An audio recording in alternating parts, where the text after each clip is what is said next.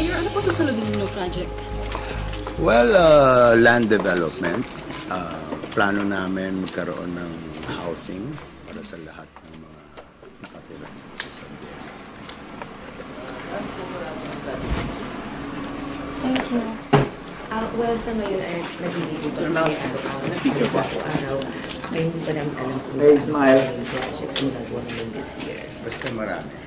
Pwede nga sa picture para sa Women's Magazine namin. Go, sige na, sure. Sige lang.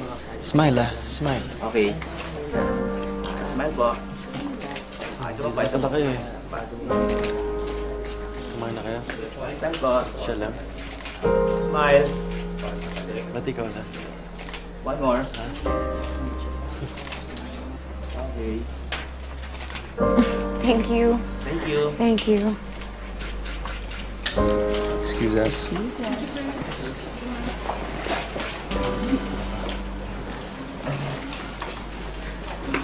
You have a lot of charm. Kung ipagpapatuloy mo yung ganyan, yung involved ka sa mga projects, maaaring magkaroon ka ng pwesto sa gobyerno. Ay, hindi ba masyadong maaga para pag-usapan yan, Moises?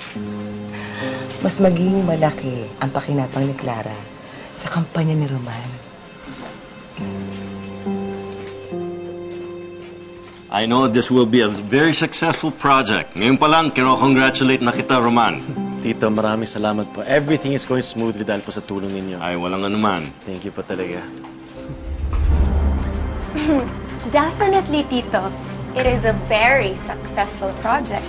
Congratulations, Roman.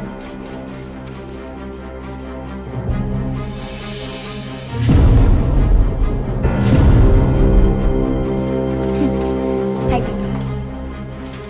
I'm glad to see you here, Iha. Nasaan ang parents mo? Oh, they're in a very important meeting. They couldn't cancel, so ako na lang yung pumunta. Ninang. Tito. Pinapunta ka nila dito, Camila? No, I volunteered. Ninang di na ako bata. They don't have to instruct me. Because I do whatever I want.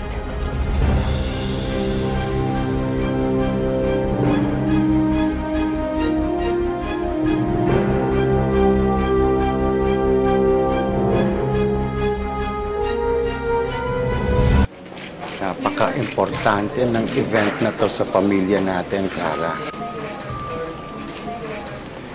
Lalo na sa asawa mo.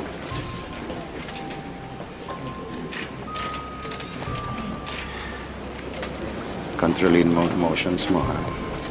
Huwag ka magpapa-apekto sa presensya ni Camila. Huwag po kayong mag-alala, Papa. Wala naman akong balak awayin si Camila eh. Good. Basta't lagi mong iisipin, kahit anong mangyari, ikaw pa rin ang asawa. Doon pa lang lamang ka na. Kaya hindi ka kailangan makapag-kompetensya sa kanya.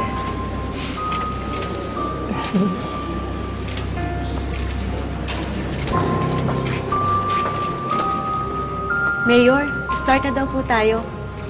Okay. Good. Dumating na ba si Governor? At saka si Mr. and Mrs. Ano ba yun?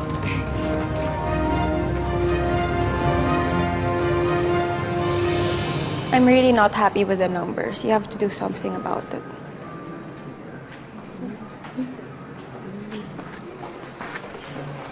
Hi.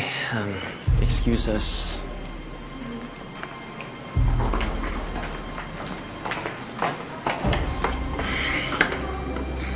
Anong ginagawa mo dito? Hindi naman kita inimbita. Gusto mo ba magka-problema na naman ako dahil sa inyo ni Clara? Ha? Roman, I just wanted to show you my support. You don't need to be here to support me. But I love you. Pwede ba? Can we just stop this nonsense? Tama na! Excuse me, sir. Start na po tayo. Sige. Susunod ako agad. Okay, sir. Stay away from Clara.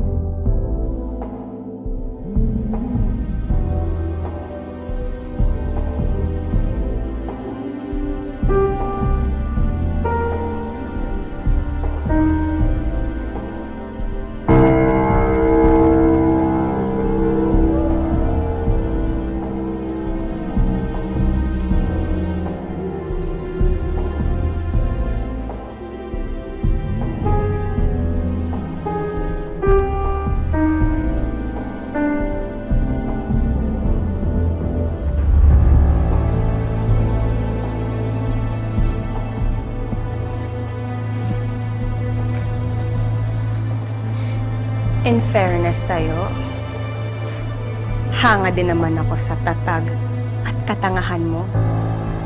Harap-harapan ka ng binabastos ng asawa mo. Hindi mo pa rin siya hinihiwalayan. Let me guess. Is it because of money? Magkano ka ba, Clara? Because I can buy you. Just name any price. Hiwalayan mo lang si Roman. Hindi ako interesado sa pera mo. At lalong hindi ako interesado sa ginagawa niyo ng asawa ko. Tuloy niyo lang yan. Hindi ko naman kayo pipigilan eh. Well, if that's the case, just break up with him. Leave him. Kay Roman mo sabihin yan. Siya yung utusan mong hiwalayan ako.